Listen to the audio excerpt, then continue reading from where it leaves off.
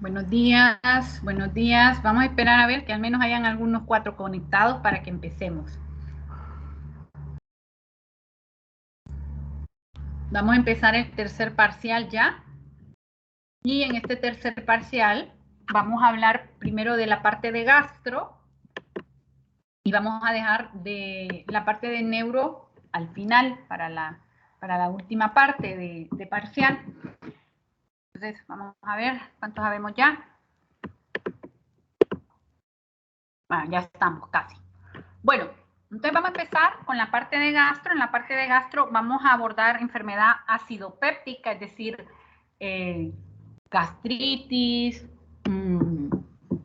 úlcera, y luego vamos a hablar de hepatopatía, sobre todo orientado a cirrosis. Entonces, vamos a recordar algunas generalidades del aparato gastrointestinal. Ustedes recuerdan de sus clases previas, pues que este es un órgano o un sistema tubular, pero que también van agregados, digamos, a él vísceras que van a volcar sus secreciones al tubo digestivo. El tubo digestivo sabemos que empieza en la boca, termina en el ano y eso forma la estructura tubular.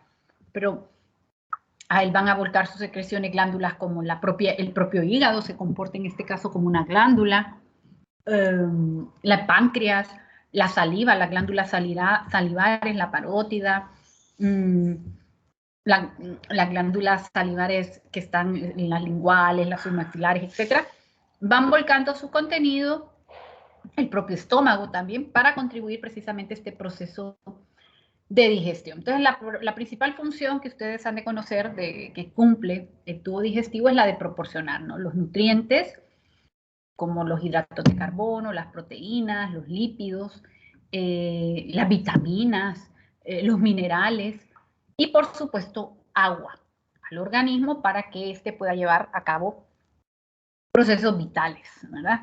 El aparato digestivo, por lo tanto, se va a encargar del transporte de los alimentos, se va a encargar de la secreción de jugos gástricos, de jugos biliares, de secreción pancreática, incluso intestinal, que van a contribuir a que estos productos sean digeribles, o sea, se puedan digerir y por lo tanto que se puedan más adelante absorber, ¿no?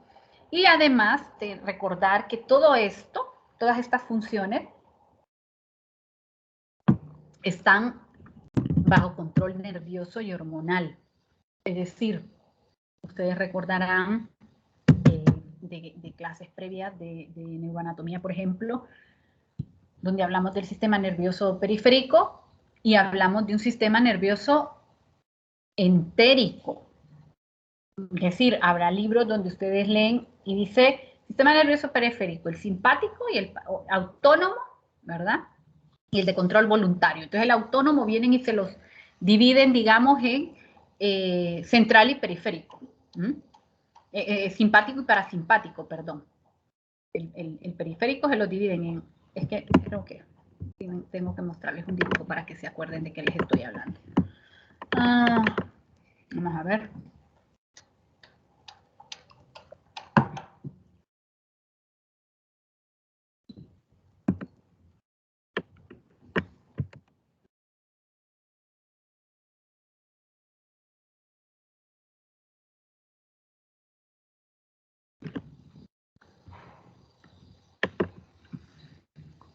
Bueno, tenemos claro que está dividido en central y periférico. Ya sabemos que el central es el cerebro, todo el cerebro, cerebelo, tronco, todo esa parte, y la médula, ¿verdad?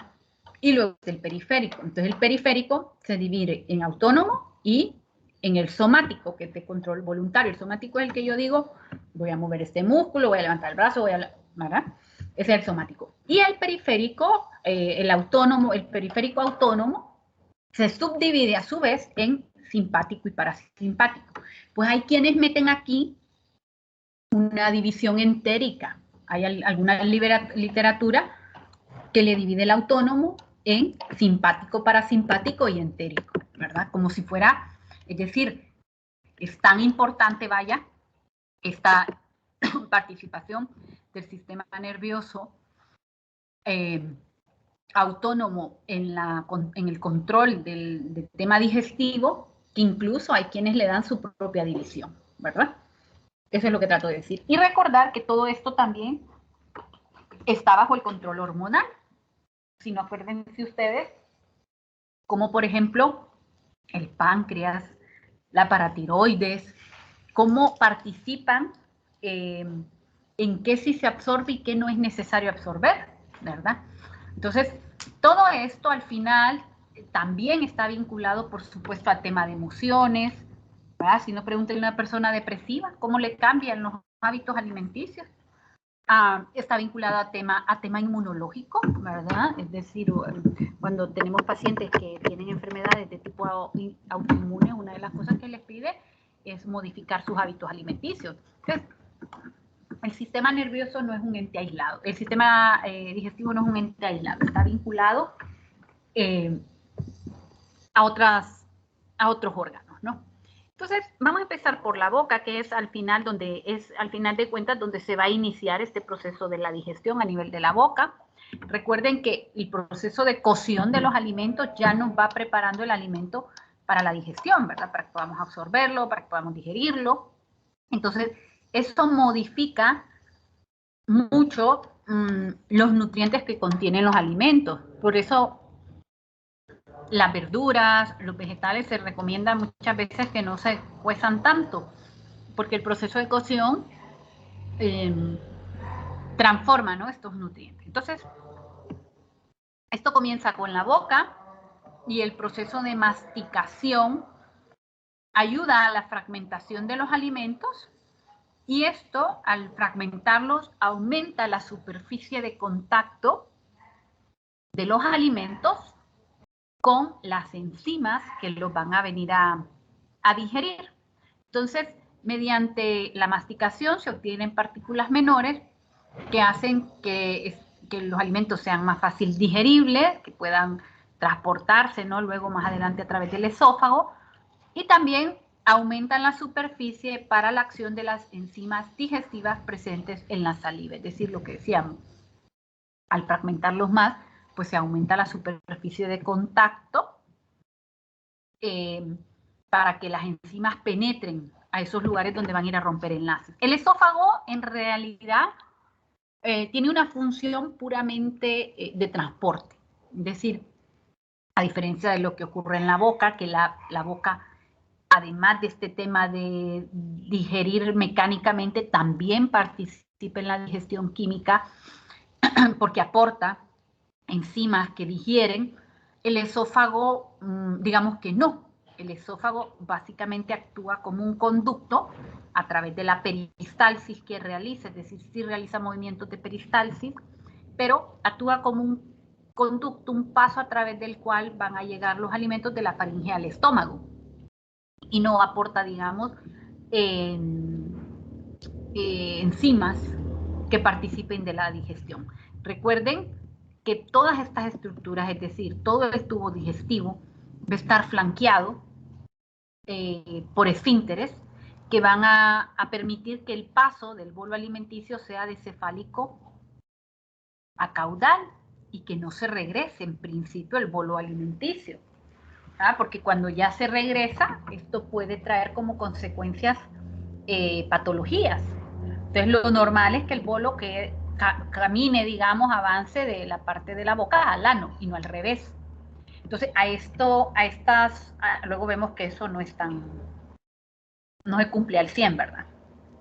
Entonces, algo importante es recordar que en esto van a contribuir los esfínteres y que luego también cuando estos esfínteres se rompen su fuerza, ¿no?, pueden permitir que haya cierto reflujo del contenido. Entonces, aquí está el esfínter, por ejemplo, esofágico superior, luego más abajo vemos el esfínter esofágico inferior, el píloro, ¿verdad?, entre el estómago y el duodeno, la válvula iliocecal entre el ilio y el ciego, de ahí su nombre, válvula iliocecal, y luego están los esfínteres anales, ¿verdad? El esfínter anal interno, que es de control involuntario, y el esfínter anal externo, que este sí es de control voluntario.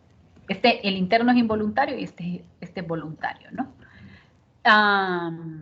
Bueno, entonces eso con el objetivo, por eso, por ejemplo, cuando una persona viene y le resecan un segmento, ¿no? Tiene un apendicitis, aquí está el apéndice, le resecan porque se complicó el apéndice y le resecan un segmento de ciego y se llevan la válvula iliocecal, pues ahí hay un problema, ¿no? Bueno, luego viene el estómago, y el estómago evidentemente está por debajo de del diafragma, ya este está dentro de la cavidad abdominal, y como ustedes pueden observar acá, pues tiene varias partes anatómicas, ¿no? El cardias, aquí vemos el fondo y el cuerpo. El fondo y el cuerpo ayudan a almacenar el bolo alimenticio. Luego viene el antro y el píloro, que el píloro ya es como un esfínter realmente, es el esfínter que va a evitar, digamos, que las partículas que todavía no han sido del todo bien digeridas pasen en dirección del duodeno. Y luego vemos que cada parte, digamos, del estómago pues tiene sus células especializadas en producir algún tipo de sustancia, ¿no? Entonces vemos como el fondo y el cuerpo, sobre todo, van a estar presentes las células parietales, y que las células parietales se van a encargar de, sobre todo, la síntesis de ácido clorhídrico y de factor intrínseco. Luego, aquí a nivel del antro, sobre todo tenemos células principales. Las células principales lo que producen, hay unas poquitas aquí a nivel del cuerpo, pero la mayor parte las vamos a tener al nivel del antro. ¿Qué producen las células principales? Producen pepsinógeno. Y como su nombre lo indica, el pepsinógeno se encarga de romper enlaces peptídicos. Entonces, ¿quién tiene enlaces peptídicos? Les pregunto yo a ustedes. ¿Quién tiene enlaces peptídicos de las moléculas que tenemos que absorber? ¿Hola? Hola, cipotes, que no están ahí. No me puedo creer que no se acuerden. Me escuché bien, doctora, perdón. A ver, si el pepsinógeno, que luego se convierte a pepsina,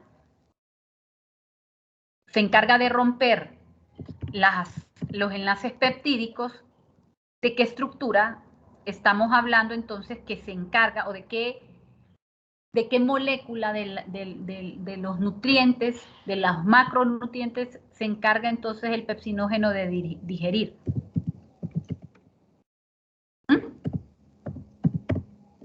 O desde las proteínas tienen enlaces peptídicos. Es lo que une. ¿Cómo están formadas las proteínas? ¿De qué están formadas las proteínas? De péptidos. Pero yo no puedo, esto es una proteína, pero así yo no la puedo absorber. Tiene que irse desdoblando, ¿verdad? Para que quede en esta forma, que es la cadena lineal. Y este péptido está unido a esto a través de enlaces peptídicos. Entonces, el pepsinógeno va a contribuir sobre todo a la absorción de las proteínas. Y la mayor producción de pepsinógeno se va a dar a nivel del antro, porque ahí es donde más concentradas van a estar las células principales. Entonces, fíjense, y todo el estómago, todas las paredes del estómago están recubiertas por moco, porque luego veremos más adelante cómo el moco actúa o sirve como una barrera protectora, digamos, para aislar las paredes del estómago del ácido. Entonces, cuando ingerimos un alimento, este llega al fondo, el cuerpo, y ahí se producen movimientos como si fuera una batidora, me la imagino yo, que hace movimientos de mezcla, y esos movimientos peristálticos contribuyen no solo a mezclar el alimento con los jugos gástricos, o a mezclar el bolus alimenticio con los jugos gástricos, sino que también ayuda como a ir desmenuzándolos. Es decir, hacerlos como más pequeñitos. Y en la medida que se van transformando ya no en bolo alimenticio, sino más bien como va agarrando de tan desmenuzados que lo va dejando, va agarrando una consistencia como una pasta. Entonces, el fondo y el cuerpo lo va empujando en dirección del píloro. Entonces, el píloro los recibe y todavía si no están lo suficientemente, vamos a decir que machacados, es decir, todavía no están en partículas muy chiquititas, los regresa. Y aquí continúan los movimientos, los vuelve a enviar, el píloro lo vuelve a regresar, y así hasta que ya queda como una consistencia como entre masa de digerido y una crema, como una crema que uno se come. Así, la consistencia en que queda, ¿no? Y eso se llama quimo, es decir, ya a partir de aquí, cuando ya se ha producido la mezcla del bolus alimenticio con el jugo gástrico, ya pasa a llamarse quimo. Bueno, entonces el estómago va a cumplir funciones de almacenaje del bolo alimenticio, va a contribuir también a digerir, porque no solo la pepsina contribuye a romper enlaces, sino también el ácido clorhídrico, va a contribuir a la digestión de los alimentos, poco contribuye a la absorción, es decir, aquí más que todo se produce secreción y poco absorción, pero sí se puede absorber un poquito de agua, de sodio, un poquito de alcohol. El alcohol se empieza a absorber aquí, pero la mayor parte del alcohol se absorbe en el duodeno. Y además de contribuir con estas sustancias, digamos, ¿no? El estómago va a aportar el factor intrínseco, porque la célula parietal produce tanto ácido clorhídrico como factor intrínseco. Entonces yo les pregunto a ustedes, ¿y para qué sirve el factor? ¿Para qué sirve el factor intrínseco?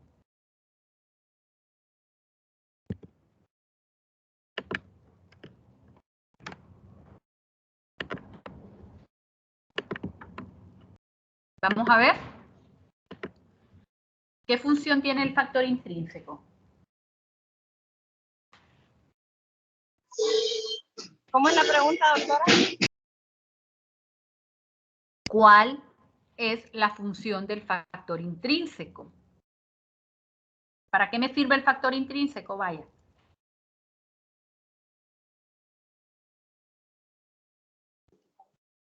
Para absorber, doctora, ¿Sí? nutrientes, ¿Cuál? como La la vitamina, ¿Cuál vitamina? vitamina 12. ¿Cuál? la B12. B12. Exacto. El factor intrínseco es una molécula indispensable para la absorción de la B12. ¿Y para qué me sirve la B12? ¿Cuál es una de las órganos, digamos, o de los sistemas donde yo voy a ocupar B12 sobre todo? ¿Para sintetizar qué?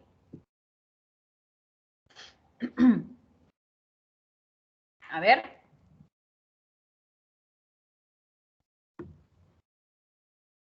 Para sintetizar glóbulos rojos. La B12 es imprescindible para tener glóbulos rojos.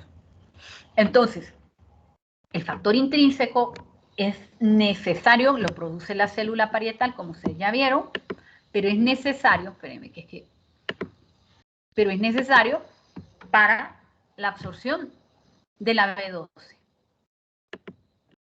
Porque resulta que la B12 se va a transportar. ¿Dónde creen que está la B12? ¿Dónde está presente la B12? A ver. ¿Qué alimentos son ricos en B12? Vean cómo todo va conectado. La B12 está presente en las proteínas animales de origen biológico.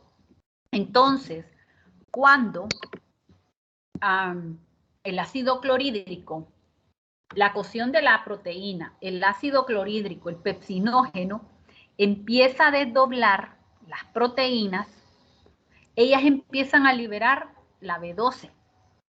¿Ah? Entonces, el factor intrínseco que está siendo sintetizado por la célula parietal se pega a la cianocobalamina y va a ir transportándose a lo largo de todo el intestino delgado, unido a la cianocobalamina, el factor intrínseco. Cuando llegan al hilio terminal, el hilio terminal o distal, como le quieran llamar, tiene receptores para B12. No tiene para cianocobalamina. Es decir, que una cosa imprescindible para, por más que me puedo comer un filete de pescado, una proteína todos los días, pero no, si no hay factor intrínseco no lo voy a poder absorber de ninguna manera. Entonces, una condición necesaria para absorber la B12 es el factor intrínseco. Luego, el quimo va a ser transportado, digamos, al intestino delgado, y ustedes saben que a la primera porción que llega de estos 7 metros de intestino delgado va a ser al duodeno, que saben ustedes que tiene esta forma, ¿no? Como de una C. Y algo importante del duodeno es que en él van a volcar sus secreciones el hígado, ¿verdad?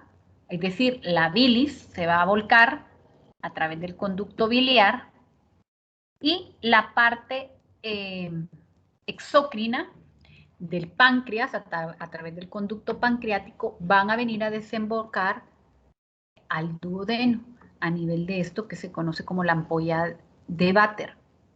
Y fíjense ustedes cómo en esta imagen se ve muy bonito cuando hay cálculos de colesterol en la vesícula biliar, cómo esta puede obstruir no solamente la salida de la bilis.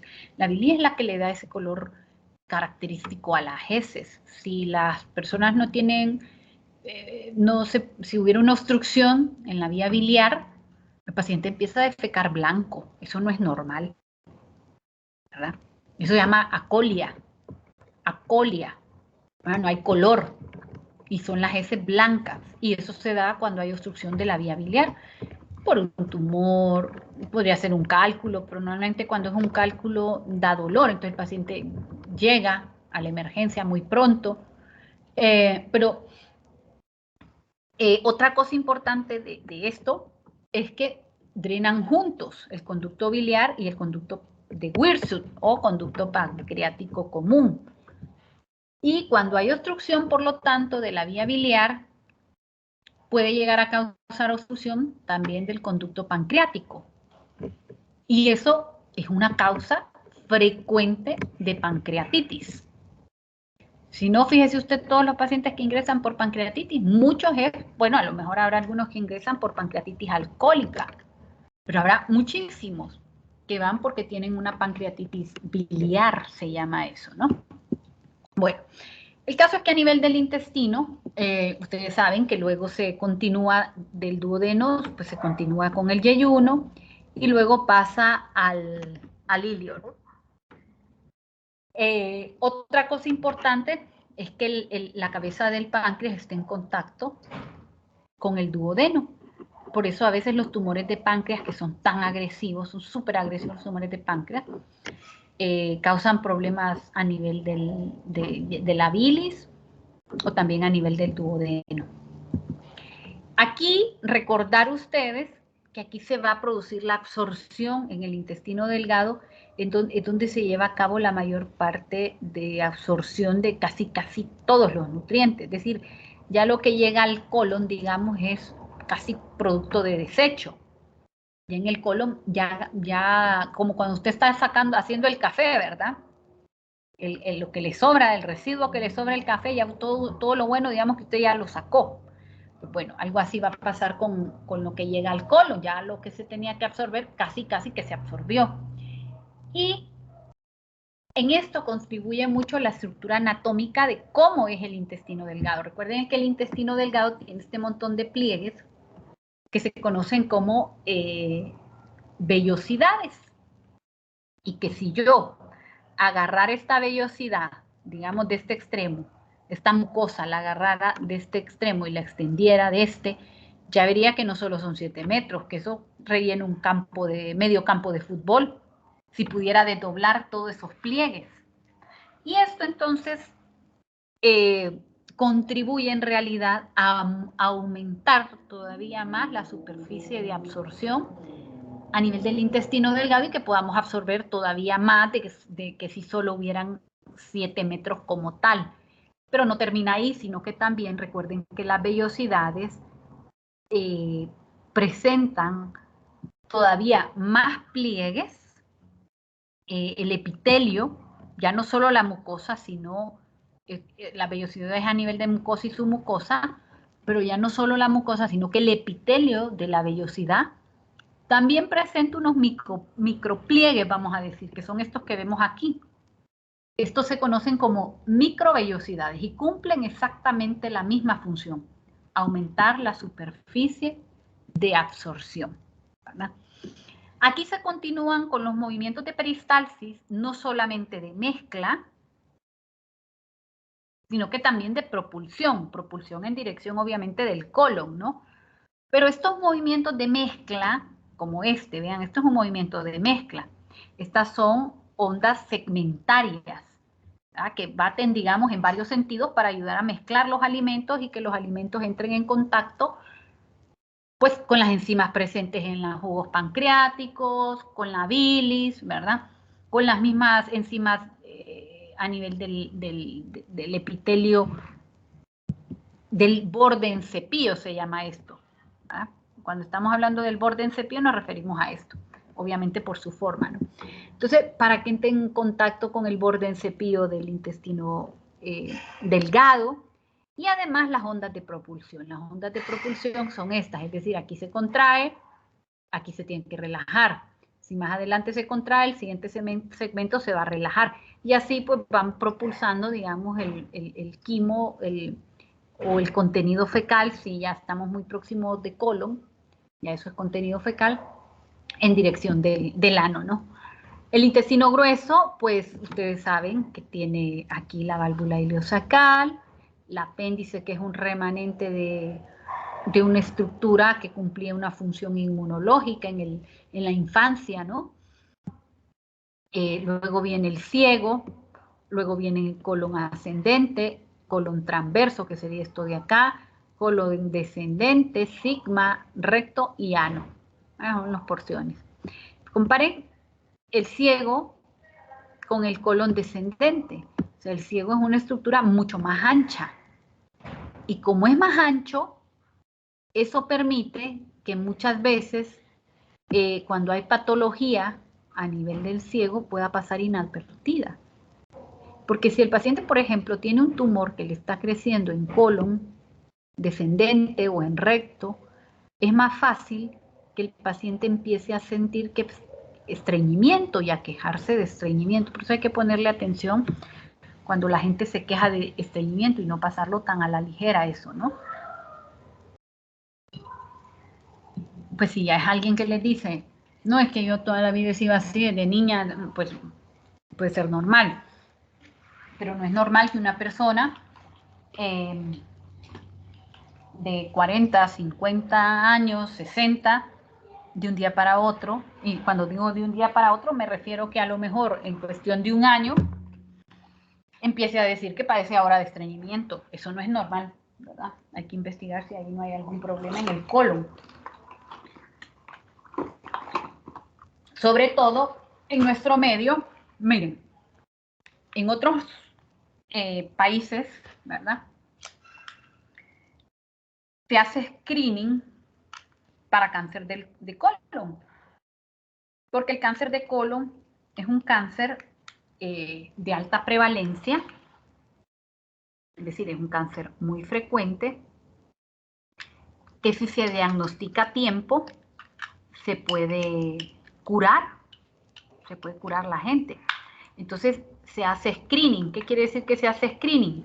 Bueno, como se hace screening para cáncer de cervix, ¿verdad? Que no es que lo voy a mandar a hacer si tengo sospecha, sino que a todas las mujeres arriba de que empiezan vida sexual activa les mandamos a hacer screening para cáncer de cervix, ¿no? Cáncer de mama, pues a todas las mujeres arriba depende del protocolo de cada país, pero en algunos lugares arriba de 40 años, otros arriba de 50, hay que hacerle para cáncer de, pues igual el cáncer de colon, hay países donde ya está establecido. Muchas hipótesis, me puse ahorita el pulsioxímetro, porque le estoy cambiando las baterías a mi pulsioxímetro porque ya andan, y me sorprendí porque decía mi frecuencia cardíaca 110, ya cambió, ya bajó 82, pero ahorita digo, papu, 110, ¿será que me canso cuando doy clase? Entonces, lo que les quería decir es que en algunos lugares se acostumbra a hacer screening, o sea, darle colonoscopia cada 5 años a todos los señores y señoras, digamos, arriba de 50 años, ¿verdad? Ya eso es un mandato, digamos. Aquí no, pues porque ni tenemos gastroenterólogos, ni hay colonoscopias para andarle haciendo cáncer screening, ni a los que ya tienen el cáncer, imagínense a los que están asintomáticos. Pero sí es importante prestarle atención a los pacientes cuando se quejan de estreñimiento, porque a veces lo vemos como, que tome como una naranja y ya está, ¿no? Pero si eso es algo nuevo, como les digo, si eso ya siempre lo ha tenido, pues no hay que alarmarse. Pero si es algo nuevo, ojo, cuidado. Entonces, les decía que cuando el problema es de colon descendente, como el colon descendente da de sí, porque, o sea, perdón, es muy angosto, entonces es más fácil que el paciente empiece con una pelota que empiece a crecer aquí, que ya se queje estreñimiento. Pero como el ciego cede, se engruesa, es más ancho además, entonces para que el paciente se llegue a quedar de estreñimiento es que de veras ya está tapado.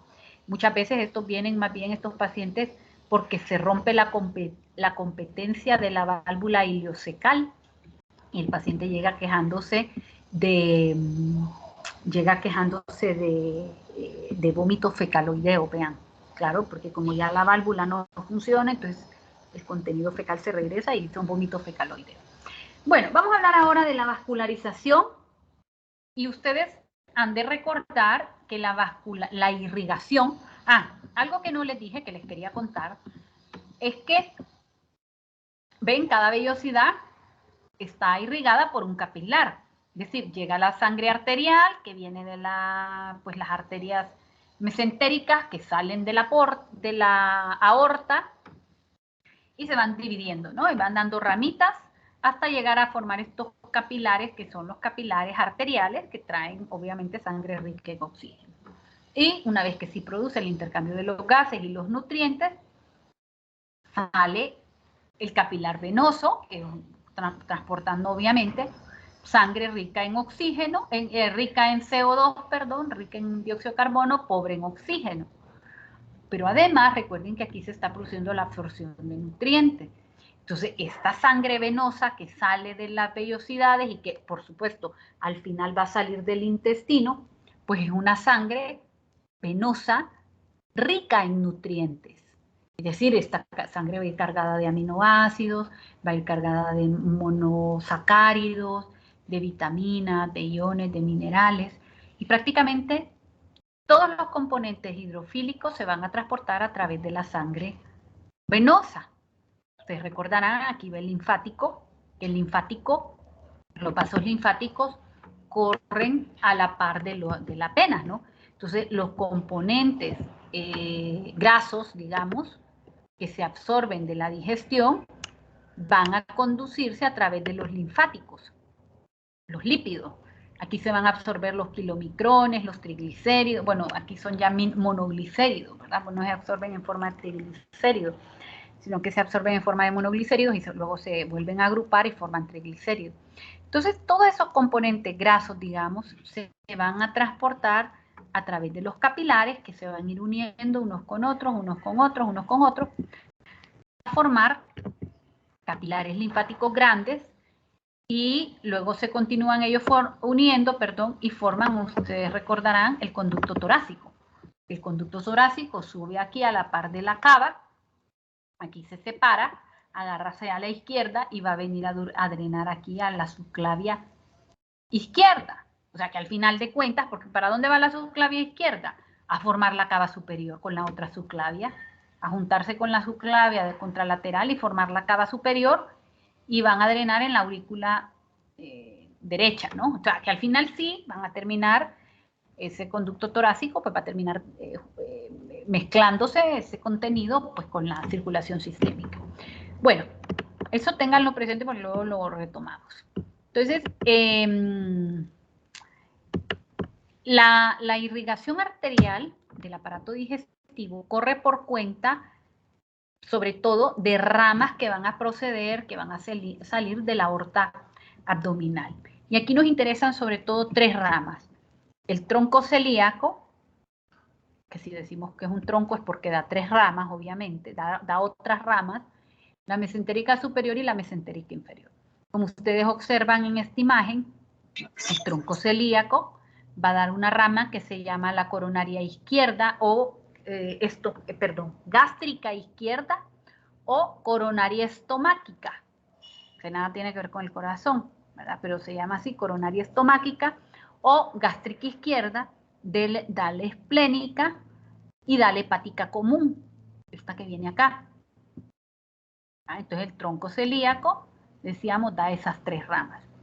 Vean aquí vemos más claro, aquí están las 3 ramas, una está en rojo, la otra en azul y la otra en verde. Entonces, vean hepática común, cómo la hepática común va a dar lugar a la hepática propia, que va al hígado, ahí lo vemos claro que está yendo en dirección del hígado, va a dar una rama que es la gastroduodenal, que es esta que viene aquí, que la gastroduodenal me va a dar una rama para el tercio superior, tercio proximal sería, tercio proximal del duodeno, y además me da algunas ramas para aquí, para el páncreas, y viene a irrigar la cara inferior a través de la gastroepiploica derecha, da esta rama que irriga la cara inferior del estómago. Y luego por aquí da otra ramita que es la pilórica, también para el estómago, la curvatura menor y mayor del estómago, ¿no? Luego, la esplénica, pues como su nombre lo indica, pues va a dar una rama sobre todo para el spleen, para el vaso, ¿no? Pero además de dar esta rama para el vaso, vean cómo irriga también las paredes del estómago. O sea que el estómago le llega irrigación a través de la hepática común, por la epiploica y por la gastroepiploica, y por la pilórica, le llega irrigación también por la esplénica, y además aquí viene la coronaria estomáquica o la gástrica izquierda, que también irriga el estómago. Por eso, hipotes, cuando tenemos un paciente con un sangrado digestivo, eso es grave. O sea, ese paciente se le puede morir. El otro día justo le estaba comentando a los alumnos del otro grupo que me escribió una señora. Yo le había visto el marido el lunes. Entonces me escribe la señora, el señor llegó porque le dijeron que buscar un nefrólogo, ¿no? Llegó un señor 60 y pico de años, nunca se había hecho ver por un médico, nunca se había hecho una creatinina, nunca se había hecho una glucosa, nunca se había tomado la presión. Típico paciente de nuestro país. Entonces viene el señor y alguien lo vería y le dijo que busque un nefrólogo. Ah, ya me acordé, lo vieron en el hospital escuela. Y que busque un nefrólogo porque tiene la función renal alterada. Llega conmigo, sí que tiene la función renal alterada, tiene una creatinina como de 1.7, un filtrado como de 30 o 40, y está muy hinchado de las piernas, mucho edema de miembros inferiores. Mucha citis, disnea, ortopnea, y andaba en una radiografía de tórax y tenía una cardiomegalia importante. Tenía citis, tenía alteradas las pruebas de función del hígado. ¿Y usted ha bebido? No. ¿Usted ha fumado? No. No sé la verdad si era cierto o no, porque vean, la mayoría de los pacientes lo niegan. Y a veces las esposas también, no sé por qué. A uno de médico y un montón de pacientes que luego me hacen hasta abstinencia alcohólica, de los alcohólicos que son. Yo recuerdo una vez una paciente, oiga bien, la esposa empleada del Seguro Social, la hija empleada del Seguro Social la hija trabajaba, era doctor en farmacia. Y el señor se enferma y lo ingreso porque hace falla renal, está deshidratado, estaba con un cuadro séptico de foco abdominal, lo ingreso y le digo yo a la hija, pero su papá no consume alcohol. No, no, no. Al día siguiente, un sábado, yo lo voy a ver al señor y lo veo raro, lo veo como muy inquieto. Y le vuelvo a preguntar a la hija, ¿pero usted está segura que este señor no consume alcohol? No, que no, y que no, y que no. Pero ya como de mala manera la hija. Entonces vengo yo y le pregunto al señor. Ya el señor me había dicho que no, ella le había preguntado al señor. Entonces le digo yo, oiga, pero yo lo veo a usted como bien inquieto. Le digo, estaba el señor bastante inquieto, que pueden hasta convulsionar cuando hacen esas abstinencias. ¿No era que usted se echa sus tragos? Y al final él reconoció que bebía. Pero yo me quedé sorprendida como la hija, o sea, si yo no le estoy preguntando por que me interese su vida privada, sino por información médica, haciendo una abstinencia alcohólica el señor. Pero bueno, el caso es que este señor no bebe, no fuma, me dice. Ah, bueno. Entonces vengo yo, andaba bien hipotenso el señor, tomaba dos hipotensores, le suspendí los hipotensores, le aumenté el diurético, le puse medicamento para ácido úrico y le dije que había que hacerse algunas pruebas, ¿verdad? Un electro, había que hacer pruebas de función tiroidea, no me acuerdo qué más le dejé pedido. Y le dije que tiene que verlo un cardiólogo. Y le digo, mire, lo voy a despachar y para ver si usted va deshinchándose, lo voy a volver a ver el jueves. Regrese el jueves para que veamos cómo va. El caso es que el jueves no llega. Y el viernes ya la esposa me había escrito el miércoles que se habían confundido con los medicamentos. Oiga bien, que habían confundido con los medicamentos y que a ver cómo le habían dado los medicamentos. Bueno, ya los dieron, ¿qué vamos a hacer? Total, no lleva tampoco, lo único que lleva es el del ácido úrico, el de la diurético, el mixil, la bumetanida y poco más lleva. O sea, eso no lo va a matar. Se hayan confundido o estará más hinchado o se deshidrató más, ¿verdad? Pero no lo va a matar. Pues dije yo, pues nada. El caso es que el viernes, eso fue el miércoles, el viernes no llegan, el jueves les escribo. Y oiga, ¿qué pasó? No, doctora, esos medicamentos que usted le dio se murió. ¿Cómo que se murió? No, esos medicamentos que usted le dio. No, ¿cómo hacen los medicamentos? Total, en resumen, ya me cuenta que el señor había hecho un sangrado digestivo. Entonces, claro, cuando usted tiene un sangrado digestivo, eso es no es una emergencia, eso es una urgencia médica. Para que ustedes tengan una idea de la magnitud de un sangrado digestivo, yo trabajaba en un hospital antes, fuera del país, que tenía varias plantas de urgencia. Digamos que la urgencia cero es el que no va a esperar, pero ni nada, es el que llega en parada, ¿verdad? Que llega al box de paro directamente, que lo han encontrado el servicio de emergencia tirado en la calle. Estoy hablando de un hospital de un país desarrollado, obviamente, ¿va? Ese entra, no espera nada. Luego sigue los dolores torácicos, que a lo mejor puede ser una costocondritis, pero que a lo mejor puede ser un infarto. Entonces, después de los que entraban en parada y que llegaban en parada, estaban los que llegaban con dolor abdominal, con dolor torácico y sangrado digestivo. O sea que catalogaban el sangrado digestivo en la misma planta donde se trataban los infartos. Para que vean lo delicado que es esto, es decir, un paciente que se pone a sangrar y no se le da la atención adecuada, se puede morir. Lo digo porque a veces hay gente que defeca negro y lo ven normal. Mucho cuidado, pues ser que esté defecando negro y esté sangrando el estómago. Entonces me llamó la atención porque yo me quedé con la duda si este señor tenía una cirrosis. Estábamos pendientes de que se hiciera también ultrasonido, ya me acordé, para verle el hígado. Pero cuidado, porque el estómago, como ven, es un órgano sumamente vascularizado. Y si aquí hay una úlcera y la úlcera tiene algún vasito y ese vasito se rompe, el paciente puede morirse. Yo recuerdo una vez en Ceiba, ahora hay gastroenterólogos en Ceiba, yo les estoy hablando del año 2002, cuando estaba internado, ya hace muchos años, obviamente 20 años atrás, no había gastroenterólogo, de un cipote se puso a sangrar, a sangrar, a sangrar. Miren ustedes, horrible, horrible. Le pasamos como 8 unidades de sangre a la medianoche. Al final lo logramos trasladar a San Pedro. No sé qué pasó con el paciente. No sé si logró sobrevivir, si llegó con vida a San Pedro, si murió en el camino. Pero eso es terrible, un sangrado digestivo. Puede matar a un paciente en cuestión de horas. Entonces, ojo, no es una emergencia, no hay que descuidarlo.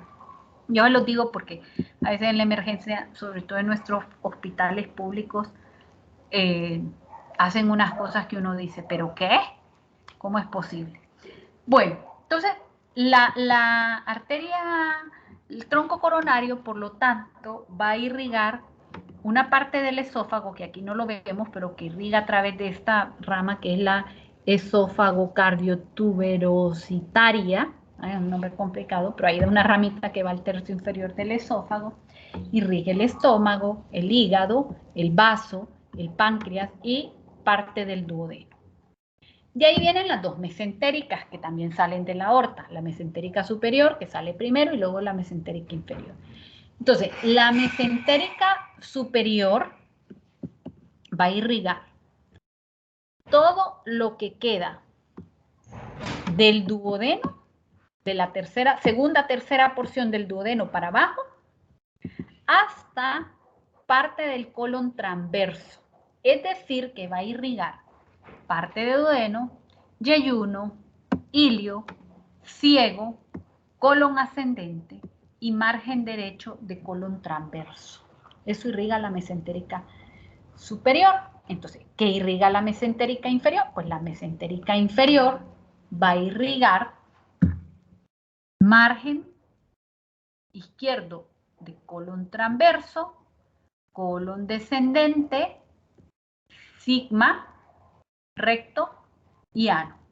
Eso irriga la mesentérica inferior. Aquí está resumido, ¿ven? Depende con qué luz lo vean, se supone que esto tiene diferentes colores. Ustedes ven, de aquí para arriba, tronco celíaco. De aquí, de duodeno, tercio medio de duodeno para abajo, mesentérica superior, hasta aquí, hasta el margen derecho de colon transverso. De margen izquierdo de colon transverso para abajo, mesentérica inferior, ¿verdad? Bueno, ¿qué del drenaje venoso?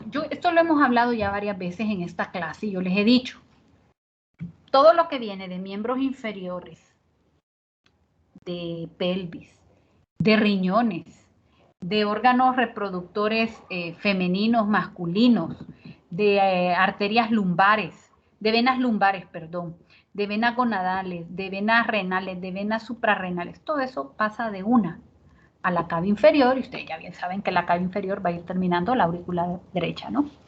Pero lo que se recoge del intestino, eso tiene que pasar del intestino, vaso, hígado, estómago, esófago, todo eso tiene que pasar por el hígado primero filtrándose. Entonces, ese gran vaso que va a transportar esa sangre al hígado va a ser la porta. Aquí vemos la porta entrando. Y la porta está formada, en principio por la unión de dos grandes venas, que son la mesentérica superior, que es esta que vemos con más azulita, y esta otra, que es la mesentérica inferior.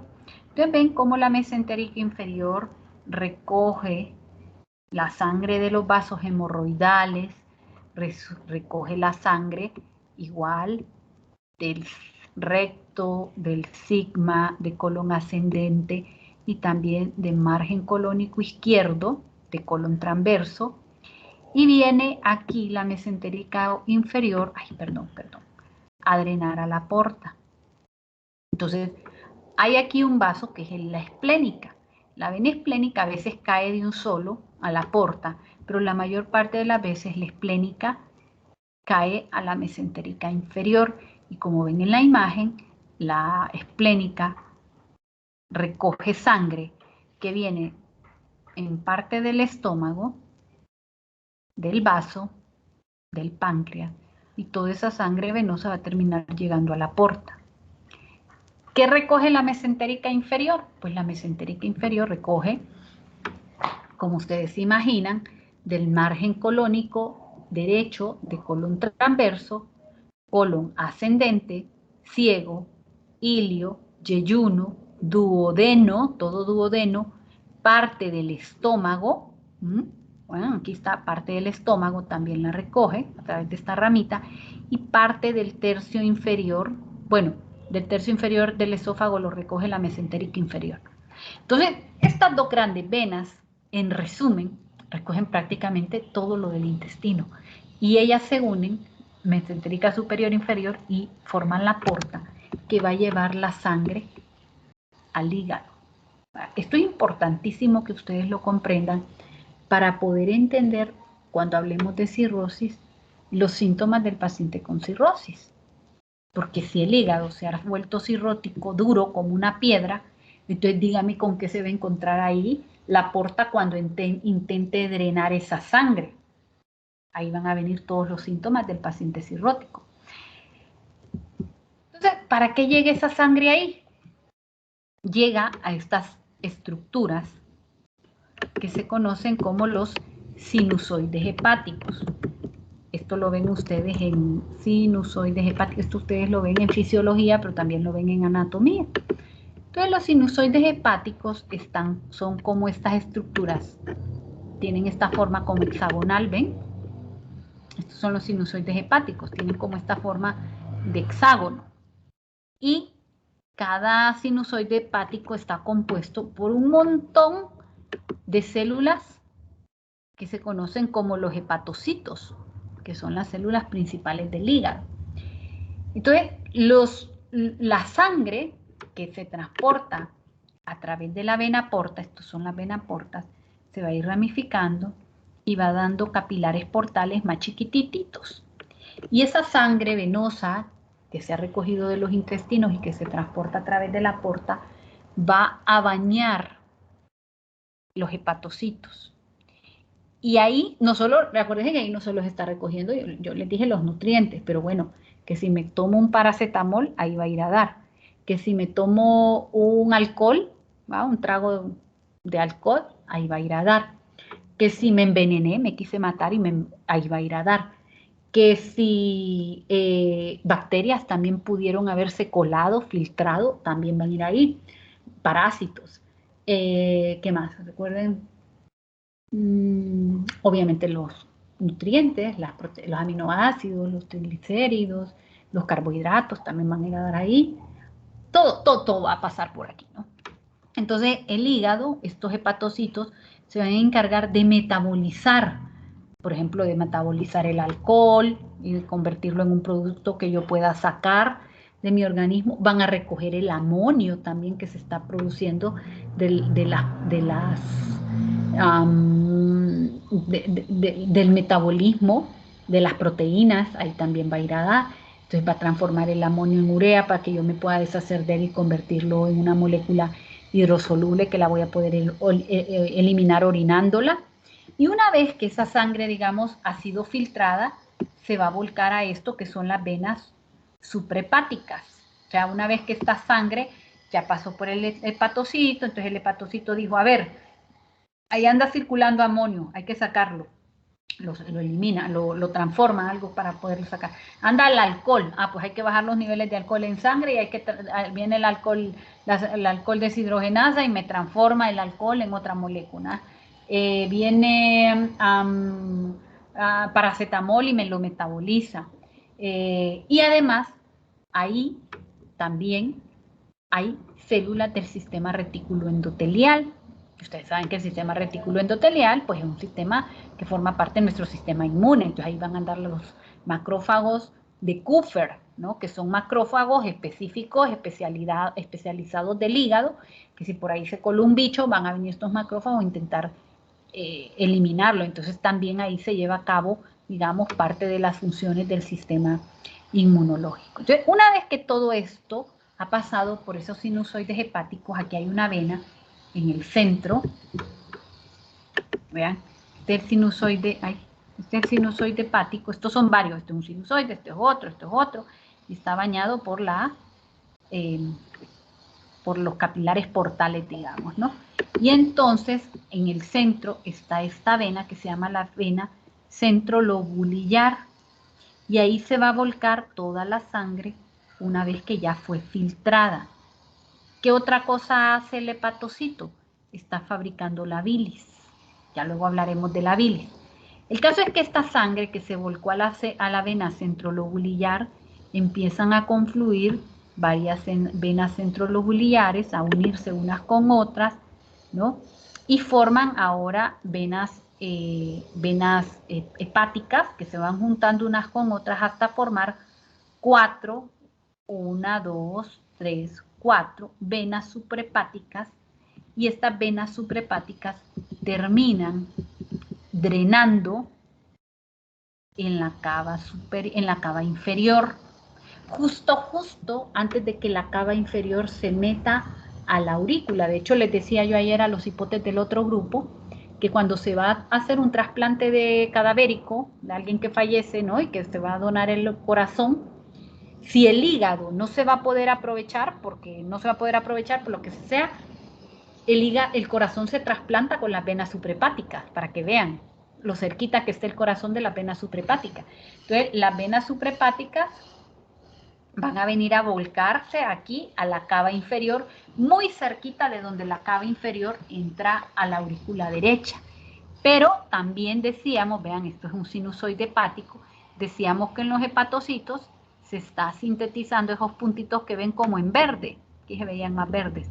Ahí se está sintetizando la bilis, que es drenada a través de estos conductos biliares, formando primero canalículos biliares, luego se van uniendo los canalículos y forman ductos biliares que se juntan unos con otros, y aquí vemos el conducto biliar izquierdo y el conducto biliar derecho, que se unen y forman un solo conducto biliar, y que este conducto biliar va a transportar la bilis ya sea al duodeno o la va a llevar a la vesícula. ¿Y qué hace la bilis en la vesícula? Se concentra, o sea, le extrae agua y la vuelve más espesa, más densa. Eso es lo que hace la vesícula. Entonces, volviendo para atrás, que ya nos fuimos muy adelante. Entonces, al final, como ven, toda esa sangre se termina mezclando. Pero una vez que ya fue, como digamos, depurada por el hígado. Entonces, casi todos los elementos hidrosolubles, no grasos, que se recogen del intestino, del estómago y en parte del esófago, toda esta sangre venosa va a terminar llegando hacia el hígado a través de la vena porta. Y esto se conoce como la circulación esplácnica. Toda esta etapa de recolección de la sangre venosa del intestino hasta su llegada al hígado y la desembocadura en la cava, eso se conoce como la circulación esplácnica. Bueno, recordar también que vamos a tener secreciones del tubo digestivo que van a contribuir a estos procesos de absorción, como por ejemplo la secreción de la saliva. La saliva aporta enzimas. El otro día creo que les decía, no a ustedes, creo que al otro grupo, si no, fíjense una madre, ¿qué le dice uno cuando tiene la madre el pezón agrietado? Que se limpie la saliva del bebé, porque el bebé tiene enzimas, ahí hay tialina, ahí hay amilasa en esa saliva. O sea, la saliva cumple función de lubricación, pero también contribuye al proceso de digestión porque tiene enzimas. Y luego también tiene inmunoglobulina A, ¿verdad? Porque la inmunoglobulina A, recuerden que es la inmunoglobulina presente en las mucosas, presente en todo el tubo digestivo y presente también en el aparato respiratorio, en la vía respiratoria. La secreción gástrica, ya lo dijimos, contiene pepsinógeno, contiene ácido clorhídrico, contiene factor intrínseco, pero también está compuesto pues, por agua, por bicarbonato, por moco, por hidrogeniones, por potasio, etcétera, ¿no? Luego está la secreción del páncreas. El páncreas va a contribuir porque tiene enzimas que digieren proteínas, que digieren hidratos de carbono, que digieren lípidos. Hay diferentes tipos de proteínas presentes en los jugos pancreáticos, ¿verdad? Hay tripsina, hay quimotripsina, hay elastasas, hay carboxipeptidasas, que van a ayudar sobre todo, denme un segundito, cipotas.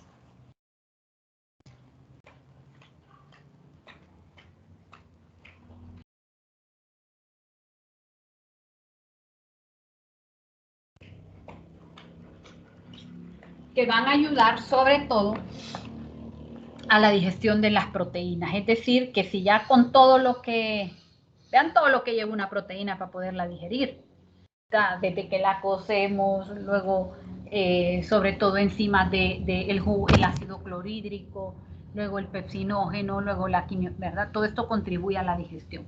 Luego, los hidratos de carbono, pues aquí hay amilasas, que rompen los enlaces de los almidones y los disocian. Esos vienen en polisacáridos.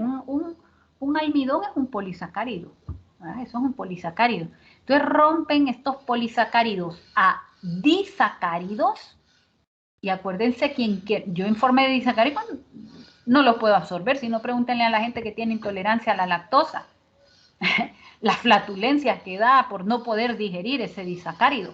Ese disacárido tiene que ser convertido a monosacárido para que pueda ser absorbido. Pero eso no se encarga, eso ya se encarga el intestino. Entonces, los hidratos de carbono que tienen amilasas, que convierten los poli a disacáridos, y luego las lipasas, ¿no? Las enzimas como la colilipasa, la fosfolipasa, la lipasa en sí, que son también enzimas pancreáticas que van a ayudar también a digerir. Cuando digo digerir es como convertir estas moléculas más grandes a moléculas más pequeñas para que puedan pasar, ¿no?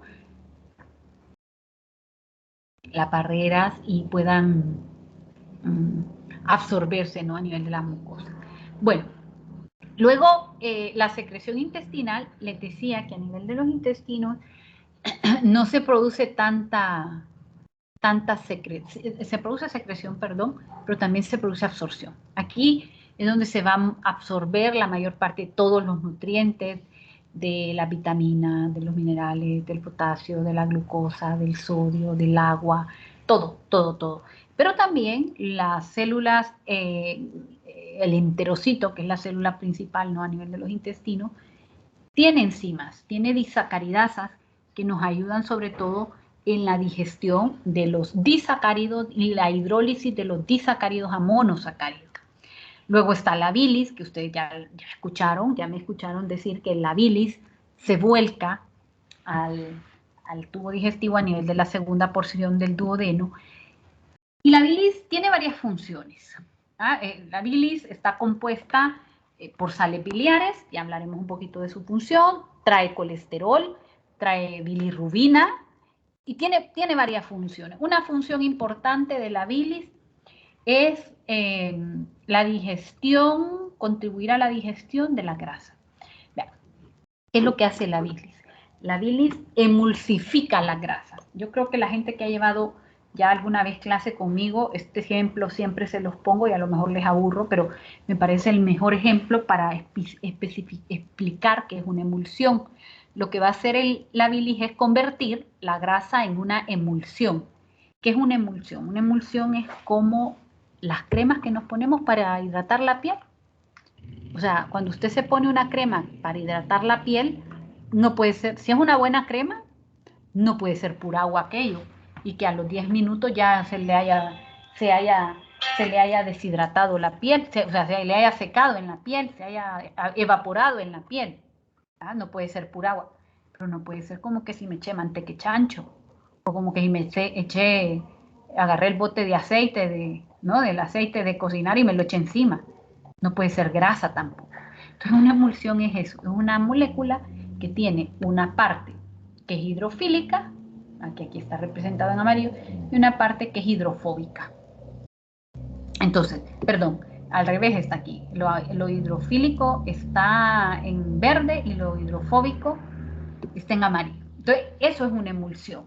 Entonces, lo que hacen las sales biliares que están presentes en la bilis es que esta es una gota gruesa de grasa y lo que hace la bilis es que con los movimientos de peristalsis, ¿verdad?, se van fragmentando a partículas más pequeñas y se forman gotitas chiquitas, más chiquitas. Entonces viene la bilis y forma emulsiones, es decir, rodea la parte que esta es la sal biliar, la parte que es hidrofóbica, es decir, es lipídica, se va a pegar a la gotita de grasa. Y esta parte la va a rodear, ¿verdad? Y esta parte donde está en verde, el alrededor, es hidrofílico. De tal manera que esa parte hidrofílica va a permitir que las lipasas puedan penetrar y puedan formar todavía partículas más chiquititas que siempre van acompañadas de las sales biliares y que esas partículas chiquititas puedan interactuar, porque son emulsiones, puedan interactuar con las paredes celulares y puedan atravesar, a pesar de ser grasas, que ellas puedan atravesar las paredes celulares. Es decir, si yo me pongo una capa de manteca, no va a poder atravesar mis paredes celulares, se va a quedar ahí, encima. Pero si es una emulsión, sí va a poder, se va a pegar a la piel más fácil. Entonces, eso es la función de la bilis. La bilis emulsifica las grandes partículas de grasas a partículas diminutas. Estas partículas van a actuar las lipasas, que las lipasas sí son enzimas que rompen los enlaces lipídicos, o sea que las fracturan a partículitas más chiquitas, y esto los va a convertir, va a permitir que esas partículas entre más chiquititas, pues más fácil sea que queden recubiertas por sales biliares que van a emulsificar y van a permitir que estas grasas puedan ser absorbidas. Pero no solamente tiene que cumplir con esa función, sino que también la bilis ayuda a eliminar el exceso de grasa. Cuando yo tengo una dieta muy rica en grasas, vean, yo por ahí puedo eliminar el colesterol. Hombre, claro, si me la paso tragando y tragando grasas, pues evidentemente me voy a ir engordando, ¿va? Pero aún con todo y eso, una de las funciones de la bilis es eliminar colesterol a través de la vía biliar. Entonces, ¿por qué se forman los cálculos? Bueno, porque cuando uno tiene, si usted se fija, vamos a ver. Déjenme ver si encuentro algo parecido.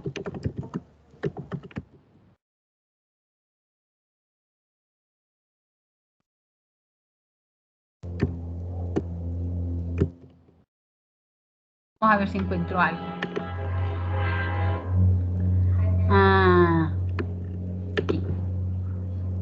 Ay, pero no dice. Entonces lo vamos a buscar aquí. Cálculo las 4 Fs.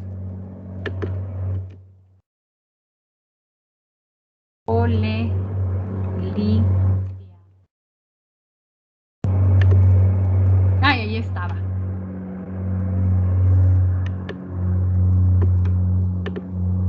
Miren, estos son los factores de riesgo para colesterol. Ser gordita, ser mujer, ser fértil. Bueno, ahí le ponen la edad. Entonces, ¿por qué?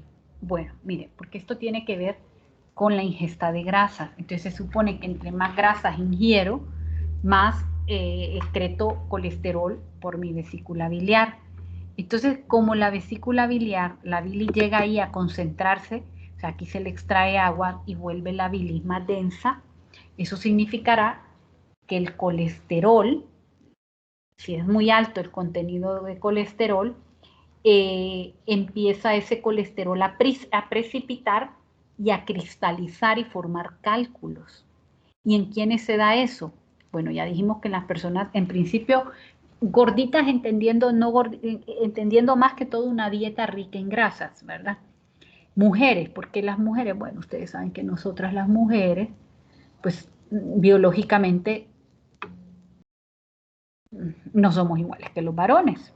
Ahí habrá gente feminista que diga que sí somos muy, pero no, biológicamente estamos diseñadas, al que lo quiere entender que lo entiende y el que no, pues que no se meta rollo, pero biológicamente estamos diseñadas para tener hijos.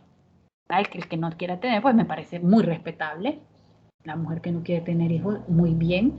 Me parece una muy buena decisión porque me parece a mí que eso es una vocación. ¿Sabes? Como que nos quisieran meter a todas de monjas. Eso es una vocación. Habrá algunas que sí y habrá algunas que no queremos ser monjas. Pues igual, habrá algunas que quieren ser mamás y habrá muchas que hay que respetarles que no quieren. Porque son vocaciones, me parece a mí. El caso es que las mujeres, cuando estamos, nuestra grasa, por nuestras hormonas, pues se tiende a distribuir biológicamente, tendemos a acumular grasa, porque estamos diseñadas biológicamente para un futuro ser mamás. ¿Dónde se nos acumula la grasa? Ahí, cerca de donde va a gestar el embarazo y en las mamas, ¿verdad? Entonces, eso hace que nosotras tendamos a tener más grasa que los varones. Y luego de eso, la fertilidad, cuando las mujeres se quedan embarazadas, por lo mismo, las hormonas hacen que los tejidos se vuelvan como más laxos. ¿Para qué? Pues para que pueda albergarse la vida, porque si no, no va a caber un cipote. Imaginen una mujer pitufa como yo, una mujer que mide o las hay las más chiquitas, ¿verdad? Una mujer de unos 50 y embarazada, ¿cómo le cabe ahí una vida? Porque la progesterona le ayuda a eso, ¿verdad? Una mujer que es muy chiquitita y aún así tiene si es talla baja es abajo de unos 52, ¿verdad? Si es talla baja es más difícil. Para una mujer de unos 60, unos 58, es decir, una mujer que no es grandota y puede tener un cipote igual de 3 kilos que puede tener una mujer que mide unos 70, unos 80, ¿de acuerdo? ¿Por qué se da eso? Porque la progesterona reblandece los tejidos. Y eso incluye la musculatura lisa y la vesícula se contrae, pero cuando está bajo los efectos de la progesterona tiende a haber cierta éstasis, cierto enlentecimiento del flujo biliar y eso pues va a facilitar que se puedan formar cálculos. Entonces por eso ponen una mujer de 40 años, porque bueno, si uno tiene 20 años todavía no ha dado chance posiblemente a que se formen cálculos, la ponen que es una female, que es una mujer, que es gordita y que es una mujer fértil, ¿no? Por este efecto de la progesterona sobre los tejidos. Entonces todo eso favorece la formación de cálculos. Bueno, ¿cómo se hace la exploración del tracto digestivo? ¿Cómo evaluamos las patologías del tracto digestivo? Luego, cuando hablemos de cada uno de los temas, vamos a hablar pues, las pruebas de función hepática, que si Helicobacter pylori, que si fosfatasa alcalina. Luego vamos a hablar de la bioquímica, digamos, ¿no? Pero ahorita, más que todo, nos referimos a pruebas de imagen. ¿Qué pruebas de imagen? Todos sabemos qué es esto. Estas son las condiciones habituales en las que se debería de hacer una colonoscopia o una endoscopia, no como lo hacen acá, trague y el paciente todo consciente y a todo y cuidadito vomita, y colabore, y deje de, ¿no? Y le gritan, y bueno, porque no se hace así, se hace un poco sedado el paciente para que pueda anular el reflejo nauseoso y el paciente le pueda colaborar. Lo que pasa es que nosotros aquí, los tenemos aunque hay residencia de anestesiología, no ajusta ni para que las mujeres puedan parir sin dolor. Bueno, o sea, a veces no ajusta ni para los quirófanos. Entonces, ¿qué va a ajustar para cosas de esto, verdad? Pero lo ideal es hacerlo bajo sedación para que el paciente pueda contribuir y se pueda hacer una adecuada exploración digestiva, ¿no? Acuérdense que la gastroscopia le ve hasta la primera porción del duodeno, es decir, le ve el esófago, el estómago y la primera porción del duodeno. Y la colonoscopia más o menos le ve hasta acá, hasta colon ascendente. Eso significa que queda un buen tramo entre colon ascendente, transverso, ciego, ilio, yeyuno, duodeno, que no se ve, que no se puede ver. Entonces, eso a veces dificulta, sobre todo en nuestro medio. En otros países existe una cosa que se llama cápsula entérica, que literal es una cápsula que el paciente se la traga y eso va sacando fotos, va sacando imágenes, fíjese, y las va mandando al computador, al ordenador, y ahí el gastroenterólogo va revisando las imágenes que va enviando la cápsula. Luego el paciente, esa cápsula tiene que verificar, no se reutiliza, eso se tira. Eso tiene que verificar luego el paciente que se expulsó, no vaya a ser que se haya quedado atrapada en el intestino. Y eso va enviando las imágenes automáticamente de todo el tracto digestivo. Luego están estas pruebas de imagen, la ecografía es muy buena para ver el hígado, le ve muy bien la vesícula, pero no le sirve para ver el tubo en sí, es decir, no le va a ver bien el estómago, ni el colon, ni menos intestino delgado. Ya si lo que queremos ver es intestino delgado, o colon, o estómago, o páncreas, o sea, básicamente el ultrasonido de abdomen me sirve para ver hígado, para ver vesícula, y bueno, si tuviera ahí un gran masacote se lo va a ver, ¿verdad? Pero si es una cosa pequeña que viene empezando, hay que hacer TAC, porque el TAC, vean cómo le ve esto, le ve los riñones, pues por aquí, esto es el páncreas, le ve el estómago, ven que el estómago está con contenido alimenticio, que llega hasta acostado este paciente, y esto es gas, está acostado, entonces el gas flota, ¿no? Entonces aquí vemos el gas, aquí hay un poquito de gas en medio de las asas de los intestinos, esto es la vesícula, esto es el hígado, entonces el TAC le ve mejor. Y se puede hacer TAC con contraste bioral también para ver mejor la luz del tubo digestivo. O se puede hacer contraste por vena si queremos ver los vasos arteriales o venosos también del abdomen. Y esto que ya no se usa, cipoteco, son los estudios varitados. Antes, cuando no había TAC, le decíamos al paciente que se tomara un contraste bioral y le hacíamos radiografías. Pero en realidad esto ya no se usa porque para eso ya tenemos el TAC. Bueno, volamos toda esta clase. ¿Dudas o preguntas de lo que hemos visto hasta hoy? Muchachos, muchachas. Bueno. No, doctora. Entonces, el martes vamos a examen. Una cosita. Fíjense que no me percaté que cometí un error cuando les escribí que la tarea era para el 30 de noviembre. De ninguna manera. Es 30 de octubre. Eso fue un error mío. Entonces, como hay gente que sí se la creyó, hay gente que me preguntó y dijo, ¿cómo va a ser hasta el 30 de noviembre? Pero como hay gente que sí me creyó, entonces les voy a dar de plazo para entregar esa tarea. El examen es el 2. Entonces les voy a dar como máximo de plazo el 5 de noviembre. El que ya la tenga, perfecto, váyala mandando, ¿verdad? No se atrase de mandarla, porque yo ya la voy a poder ir calificando. Pero el que no, como máximo, les voy a dar 5 de noviembre. ¿Dudas o preguntas de lo que hemos visto hasta acá, muchachas? ¿No? Todo bien, doctora. Bueno, pues si no hay más nada, que tengan un feliz fin de semana y ya nos veremos el miércoles, ya veremos, hipote, porque me he metido un rollo ahí y tengo que ir el miércoles a una cita que en principio es hasta las 9 de la mañana, es a las 9 de la mañana, pero no sé a qué hora voy a salir. Entonces igual estén pendientes porque si yo salgo temprano vamos a tener clase el miércoles, porque no me quiero atrasar más con ustedes. Bueno, pues si no hay nada, nos vemos y feliz fin de semana. Hasta luego. Bye.